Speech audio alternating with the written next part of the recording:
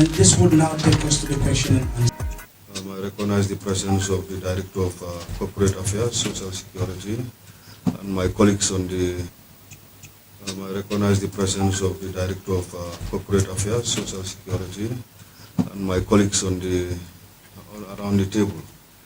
I just wanted to shed a little light concerning the UTG school transport which we are offering. As the GM rightly pointed, we've provided adequate buses to the General Manager, and this would now take us to the question and answer.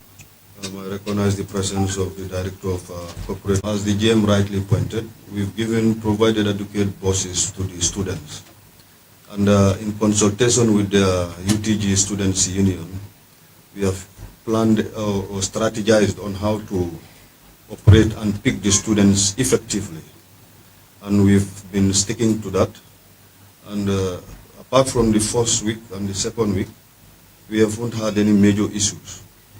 Mostly the noise comes from those who arrive at the designated picking points late and would want to blame it on the unavailability of vehicles, which we insist our drivers must operate according to plan by sticking to the picking times from origin and the return, so that we also pick the subsequent departure, scheduled departure students for this subsequent departure times.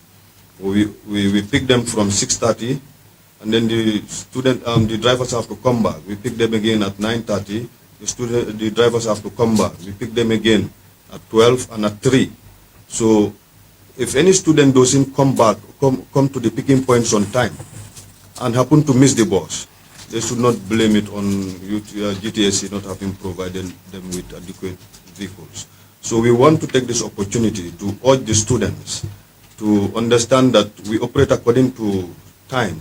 Our operation is time bound. To be able to make an effective service or provide them an effective service, they have to respect the departure times to and from. And moreover, some students refuse to stand in the bus. Yeah, and as we know, resources are scarce. We cannot, if it were not a public service, everybody would have been going with their own private vehicles. But this is a private service, a public service. If you want to have a seat, you have to come early. But if you don't come early, you have to be up for the sake of achieving your own goal at school to board the bus and stand. From Kanifing to Faraba or Brikama to Faraba is not far. I think it's something, knowing that most of the school-going students at UTG are youth who are active, they should be able at least to stand. And it's not every day that they might stand. So that's what I wanted to further clarify concerning a question that was raised here. Thank you very much. Morning. Just for the records, I was a staff of this company, this noble company, from 2014. So I have some experience on the ground. I'm very impressed to be with them today.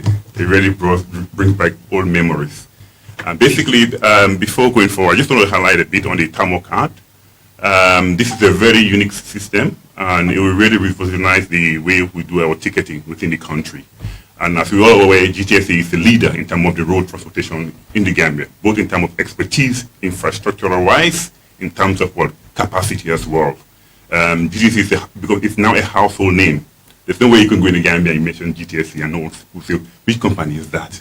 And that trend and trajectory is going to grow from height to height as it is enshrined within the corporate strategy of both GTSC and the Social Security and Housing Finance Corporation. So we are very pleased, of course, to invite media houses here today, because it's very important that we have to share the positive contributions made by this noble company to Gambians and the service of Gambians in terms of both economic development, movement of goods and services, and as well as meeting the demands, needs of passengers. Because in terms of development, and in terms of offering service to people, we have to understand the needs and requirements and also adjust our service offerings to meet those needs and requirements. That's what GTC has done so far. Coming up with MOU to facilitate more buses, injecting more service, or geared towards meeting the needs and requirements of noble passengers. So this is commendable. And in terms of innovation too, GTC is trying to introduce the thermal card, which is a unique ticketing system and solutions, we're hearing the word going green nowadays, especially throughout the Gambia. People are talking of green economy, trying to cut down on wastage, and then also trying to make things easy and simple for people. With the thermal card system, basically you get to the point of purchase. You charge your card with credit based on the amount you wish to top up your card with. And then as you enter the bus services, you have the conductor or the drivers, which has a kind of a reader, which reads the credit on your card, and the amount based on your destination is deducted from your card. And the card is now secured, and you don't have to travel with cash. You don't have to take the risk of thin cash. You don't have to ask for students particularly. It's very good to have a child going to school, have the travel card top up for the month or for the term, and that continues to be deducted as they travel along the route. It's safe, it's hassleless for the driver, and it also saves time. Well, sometimes if you enter a bus and the driver says, okay, I need change, you have a change on you for this amount, all that can be eliminated with this system. So we really encourage the public to support GTSC in this innovative drive of innovation. And then also I recommend the management of GTSC, the staff, and also the board, and other stakeholders too, that continues to partner and work with GTSC to make sure that the innovations and drive of this company in terms of their corporate objectives and organization goals are attained. My MD is on here, who is also the chair of GTSC, but I would just want to offer a vote of thanks to, again, the management and the media houses, and I thank you all for being here today. It's commendable to have you all here, very impressed, and to tell you that I promise you that GTSC will continue to thrive to ensure that the needs of Gambians are met, and that is very cool in terms of this country, and I really assure you of that. So on behalf of my chairman and my MD, I say thank you all. We here is the delegation from GTSC, led by the GTSC board chairman, the managing director of Social Security and Housing Finance Corporation, Mr. Salum Madam, together with myself and members of my senior team. We are in Dakar to take part in Gambia Day event. Gambia Day was organized by our High Commission in Senegal for the first time ever, kind of an economic trade forum under the auspices of our GAIPA in Gambia and Apex in Senegal.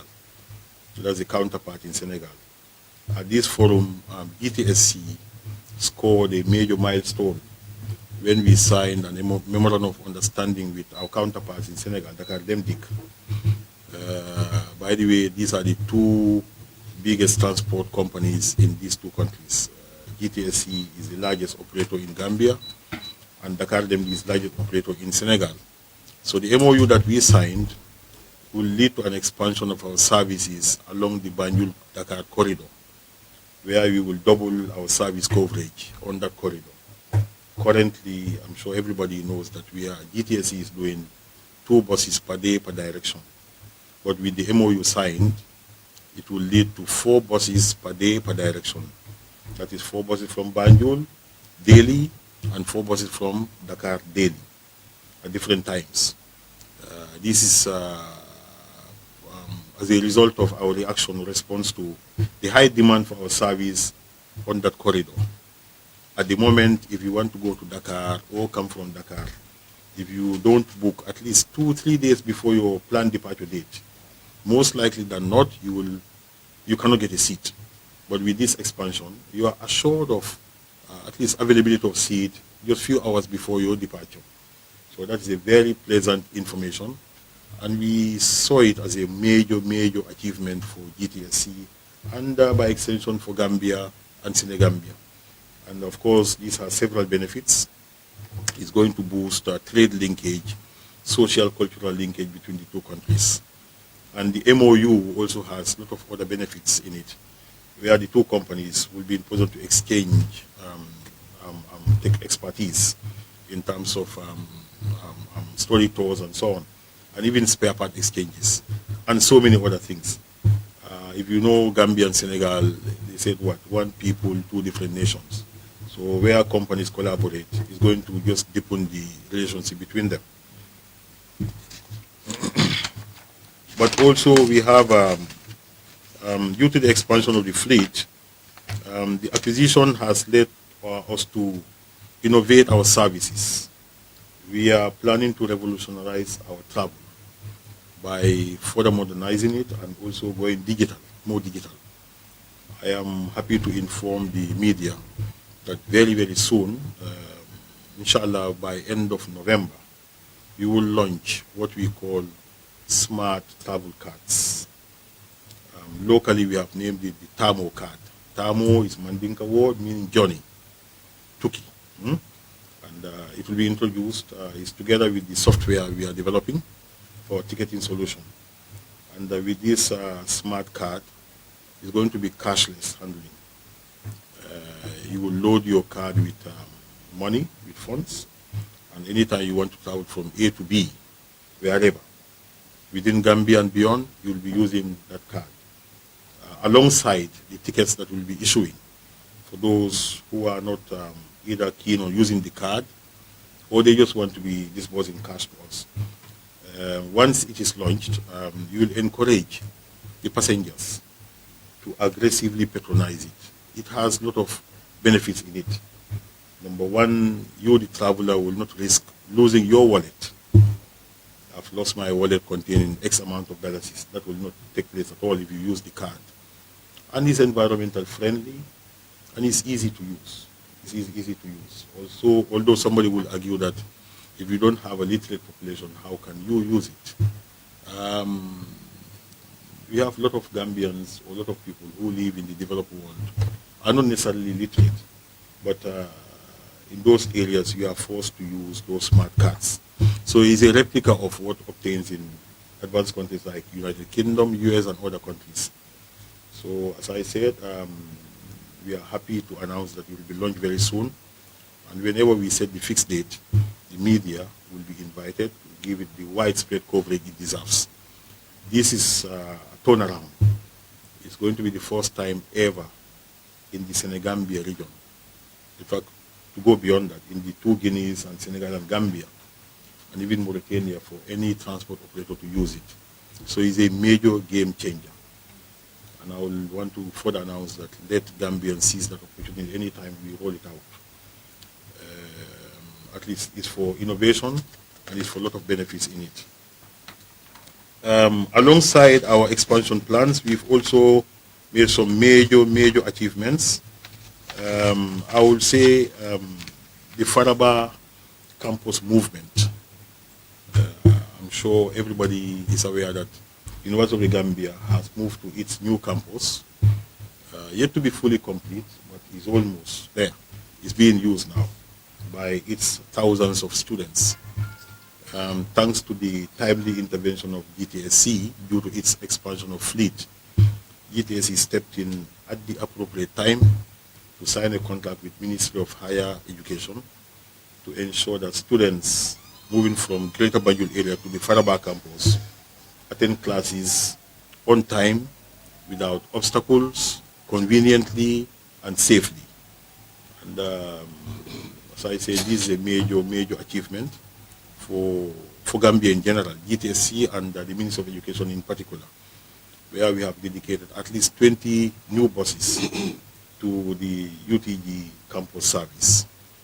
And the Ministry of Education and Gambia government has done a lot by subsidizing the student fare, where every student will be required to pay $20 is return. $20 return, and the rest is subsidized by the ministry. And I don't think any student will complain that this is exorbitant. It's very affordable, in fact, next to nothing.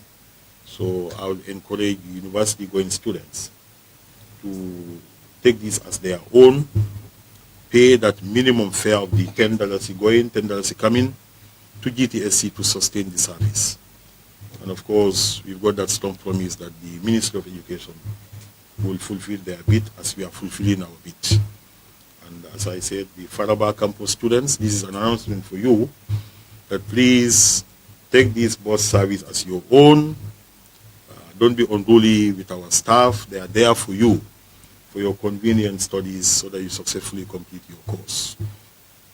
But also, we have signed a contract for staff transport with our parent company, Social Security, where we've dedicated 2 buses to transport their employees from, let's say, Brikama and beyond to the head offices in Banjul and one of the branch offices in Kanifing here.